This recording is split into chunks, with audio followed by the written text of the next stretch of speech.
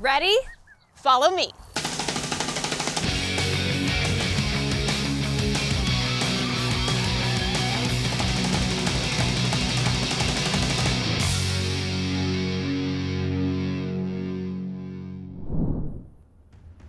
In Navajo County, on the extreme northern edge of Arizona, there stands one of the most iconic natural places in the entire state, Monument Valley. For centuries, the Navajo people have called this place the Valley of the Rocks.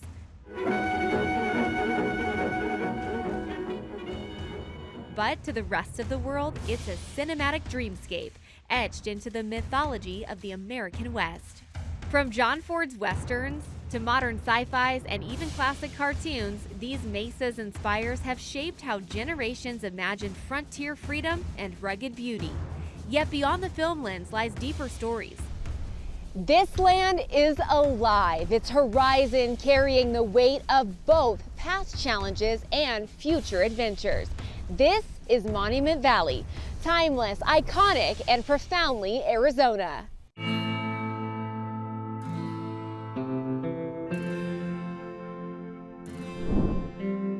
In the northeastern corner of Arizona stands Monument Valley, sacred to indigenous people, immortalized by Hollywood, and carved by time itself. But there's a dark side to this place, one that dates all the way back to World War II. Today, we'll hike Monument Valley's trails, marvel at its grandeur, and uncover the shadow buried beneath its beauty. To start our journey in Monument Valley, we are taking on the Wildcat Trail. It's going to take us all around this rock formation, West Mitten Butte. Let's go check it out.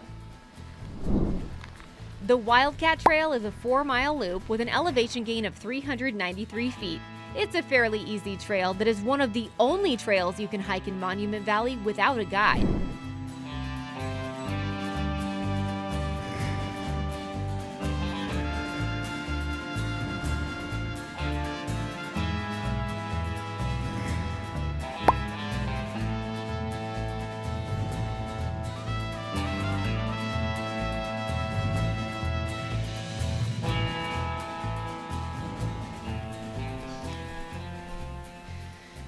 I want to show you that the main wash in this park runs right through the Wildcat Trail. When rain hits here, it comes in fast and it is heavy. They try to get everyone off the trail because if you're stuck out here in a storm, you are extremely exposed. So we're always keeping an eye on the weather.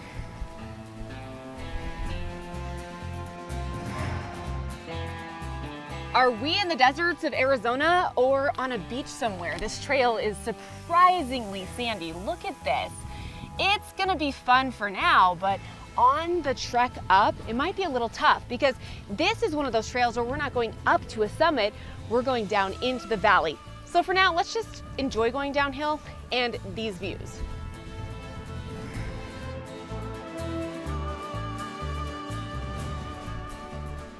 We have made it to the Y in the path, which means it's time for us to actually start hiking around the mitten. At this point, this trail is well marked, but we're not sure what to expect. We have been warned that we need to go in a counterclockwise direction around the rock formation, or we might get lost. And you know we'd never lead you astray.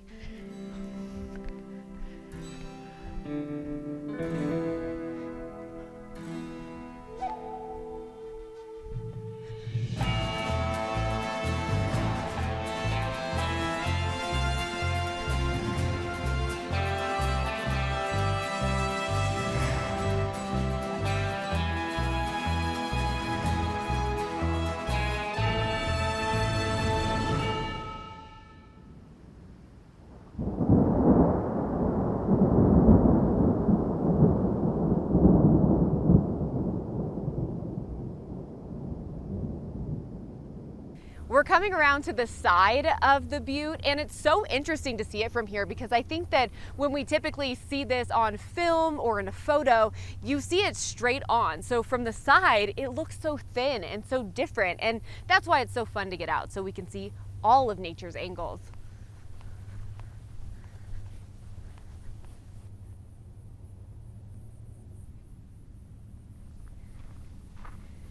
We have made it halfway through this hike, which means it's time to check how much water we have. Everyone always wants to know, well, how much water do I bring on a hike? And that is a super important question, but how much water you need is going to depend on your body and environmental factors. So a good one-size-fits-all rule I like to follow is if you are halfway through your hike, you should be halfway through your water. So when you get to that halfway point, you should always check your water supply. We're good here, so we're gonna keep on going.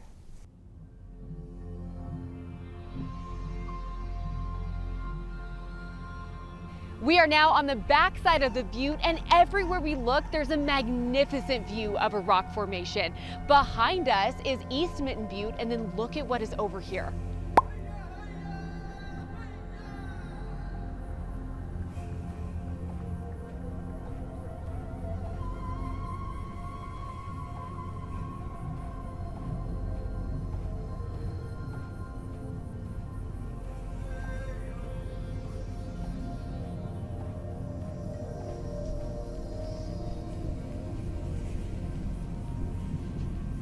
We have made it all the way around the loop that goes around the Mitten, and we've taken in all the gorgeous sights there were to see. Now we just have to hike a little more to get off the trail. My favorite part of this hike was being on the backside of the Mitten, where every direction we looked in, we saw a different rock formation. It was really special. We were standing in the wash at the same time.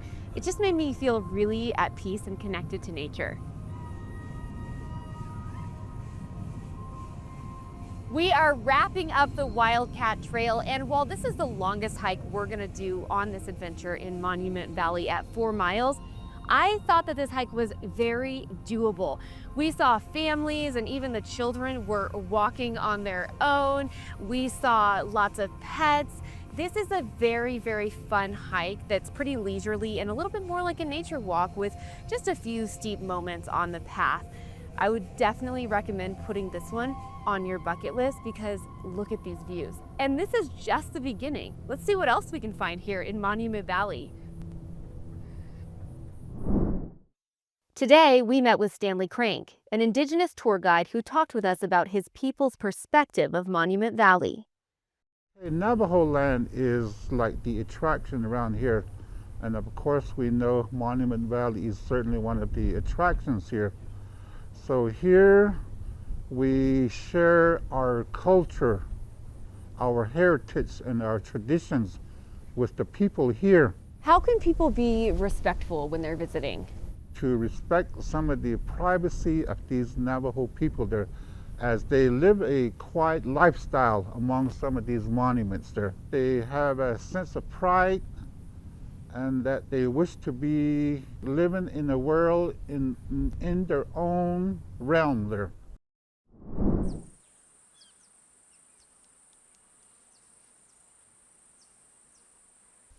We are gonna squeeze in a quick hike to Golding's Arch, but the thing about this hike is you can only access the trail if you're staying at Golding's Campground. The good news about that is they have lots of sites for all types of camping.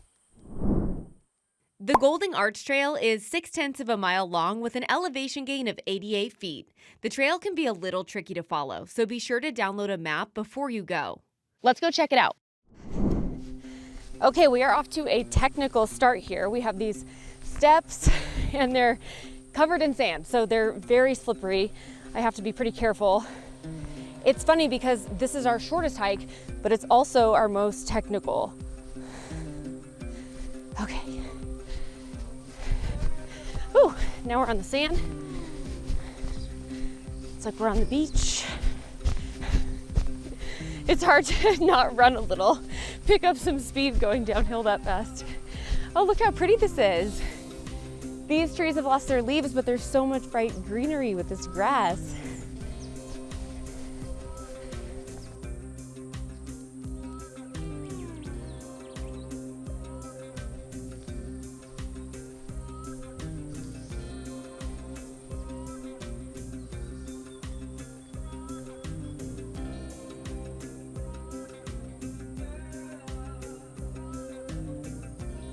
The hike started off a little bit questionable going down those steps covered in slippery sand, but look now, this is a really easy path and it's not sandy anymore, which is a nice break after our legs got a little tired hiking through all that sand on Wildcat Trail. What I'm really liking so far about this hike is this rock wall. We're seeing some different rock formations that we haven't yet seen in Monument Valley, and we get to watch this canyon just kind of play with the light as we get farther along this hike. It's really beautiful.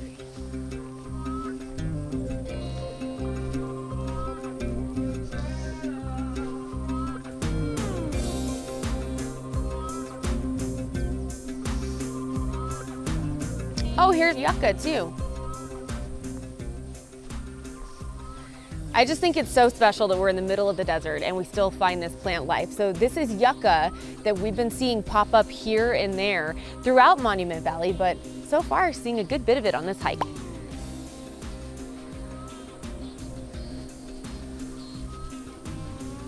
Oh, look up here. Do you see those holes in the rocks up here? Isn't that cool? We're just getting such a huge amount of different types of rock formations on this hike. So if you love geology, this is definitely one for you. I'm actually sitting here wondering if any animals live in here. Some of these rocks are so deep, they would make a great little hideout if you're a little critter. That's what I'm thinking about. Is anybody living in there?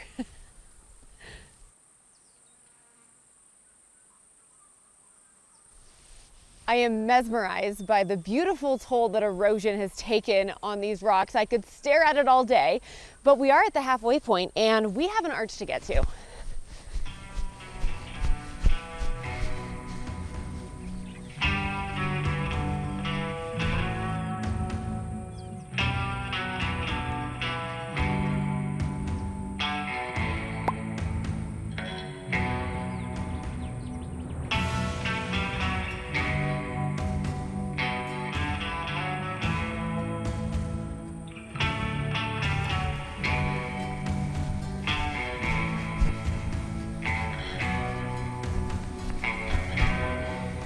We're going into the rock walls now. This is very rocky. Ooh, that one was moving. Don't love that. But when you guys see me hopping around on this loose rock like this, just keep in mind I'm not wearing regular tennis shoes. I'm wearing what I love, these shoes with thick lugs on them. They make me feel agile like a mountain goat, so I can just take on any type of surface.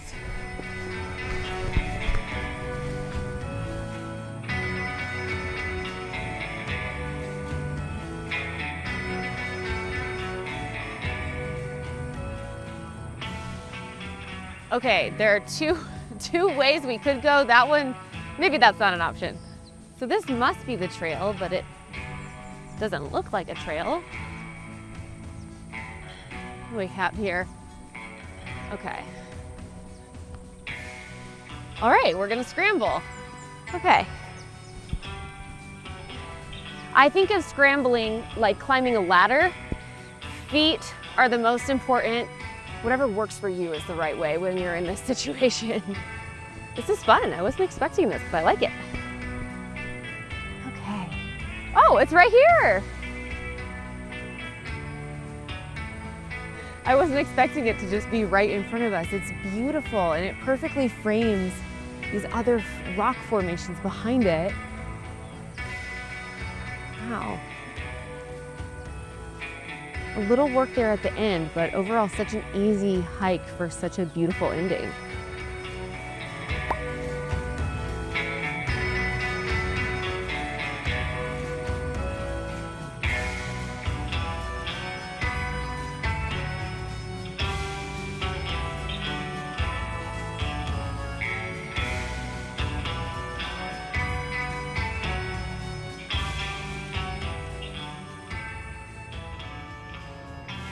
There's like a little cave back here. This hike just keeps getting better and better. There's more every time we think we've seen it all.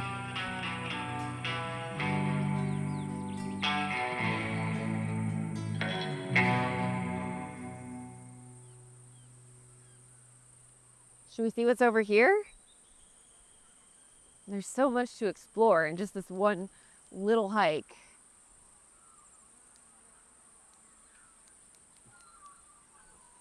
Oh, look at that. We can see both East Mitten Butte and West Mitten Butte from here. That's so cool. We're looking at an arch this way, the formations of Monument Valley Park this way. I love this hike. We've gotten so much bang for our buck.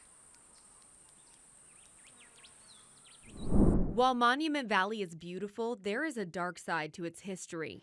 For many years, Monument Valley was mined for uranium, some of which was used to create nuclear bombs during World War II.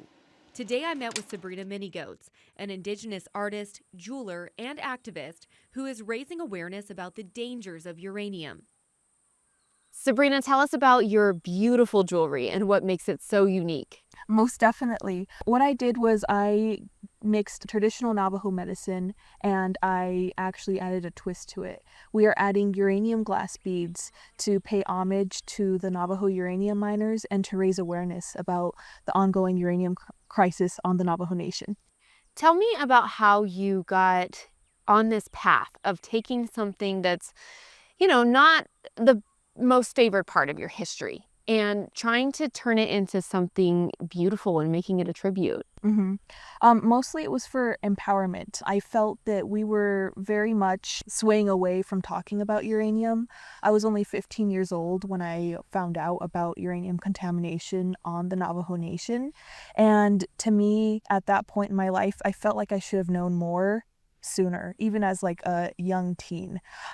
It just felt wrong that I was barely finding out about it when I was 15 years old. And what do you hope people learn when they see your jewelry? I hope that it sticks within their memory and it provokes them to dig a little deeper in something that is so beautiful and carries so much history, kind of like Monument Valley. There's about 60 plus uranium mines on Monument Valley area, so it kind of speaks to that as well. Can you tell us about some of the areas that had mines or are now uranium rich where you're able to find this? I mostly don't find it in these particular areas. What I do is I get new old stock beads and I incorporate it into my jewelry. But an area that is full of contamination is right behind us. There's actually a uranium mine that's within this butte, and I don't recall exactly which mine it is, but it most likely was used for weapons production and nuclear energy. If the Diné in the beginning were told about the destruction this would have caused, and we weren't lied to in regards to the cleanup that was promised and the land being returned to its original state, we would have never allowed this to happen. And all it took was a little bit of explanation in our language, in Diné Bizaad, to fully keep us aware and understanding on what is going on or what happened. Sabrina showed us there are still traces of uranium in Monument Valley that harm the land, wildlife, and people who live here. While Sabrina searches for uranium to raise awareness, this is not a practice visitors should partake in. Uranium mining can cause many harmful effects, particularly to people mining it, but also to the residents and animals who live in the area. In 1987, the National Institute for Occupational Safety and Health recognized that the current safety standards for miners do not provide adequate protection from radiation exposure. That can lead to numerous health issues, including lung cancer. Mining can contaminate the local environment, seeping into water sources and leading to a significant risk of cancer for humans and animals who drink the water. While it's definitely safe to visit Monument Valley, long-term exposure over a lifetime can result in significant health risks. Time to take on our next and final trail of this journey, Lee Kwai. And we are getting a bit of a chilly start out here. The wind is picking up. And one thing to know about Monument Valley is that there can be an extreme change in temperatures and conditions. In the winter, it can be as cold as 26 degrees. And in the summer, sometimes it gets so hot in the triple digits, they have to shut down the trails. And if you're experiencing anything like our adventure, you're getting a little bit of everything all in one trip.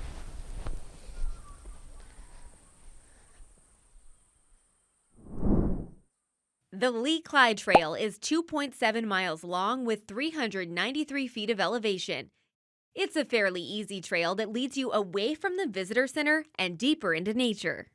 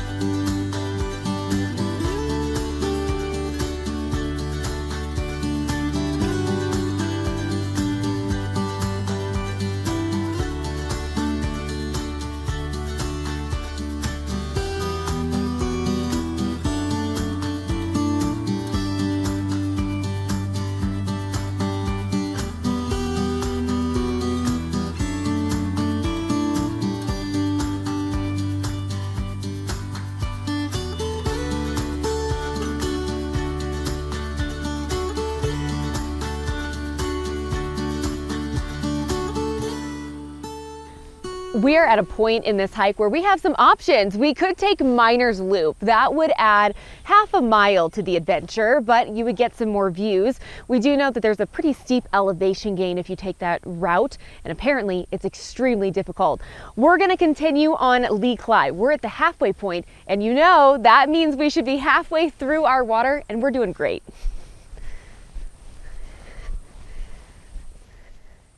What we're noticing about this side of the park is that there is an abundance of plant life, like these juniper trees.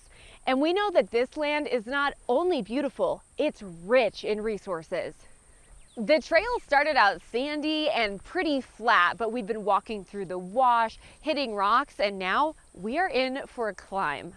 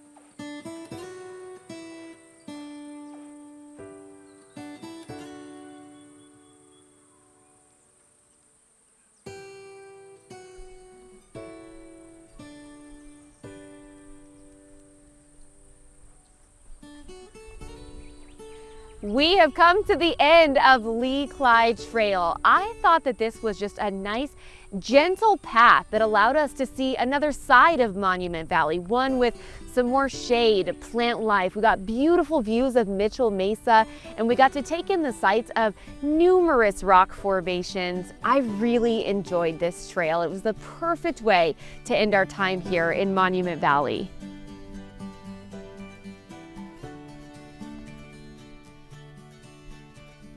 From hiking the Wildcat Trail, where we circled the Great Mitten, to the solitude of the Lee Clyde Trail and the stunning stone window of Golding's Arch, Monument Valley has been full of incredible sights. Preservation is not just about protecting a view, though. It's about healing what has been harmed and supporting and honoring the indigenous people who live here.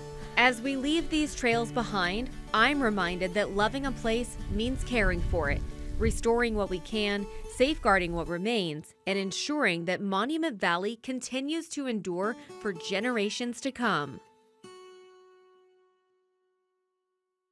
Trail Mixed is supported in part by There are so many reasons to love the play with the Arizona Lottery. Because every time you play, you're giving back to your community. A portion of each lottery ticket helps to protect and conserve Arizona wildlife, preserve their habitats, and reintroduce critical species through the Arizona Game and Fish Department Heritage Fund. When you play, you're playing for our environment, for our wildlife, and to better our state. Now that's a lot to play for. Arizona Lottery. Love the play. Banner Sports Medicine, the same expert care trusted by the Suns, Mercury, and Diamondbacks, is available to everyone. Academic level care from fellowship-trained specialists. Proud sponsor of Arizona PBS. Hey, you still there? We have something else to show you. We couldn't leave Monument Valley without exploring one last iconic movie backdrop.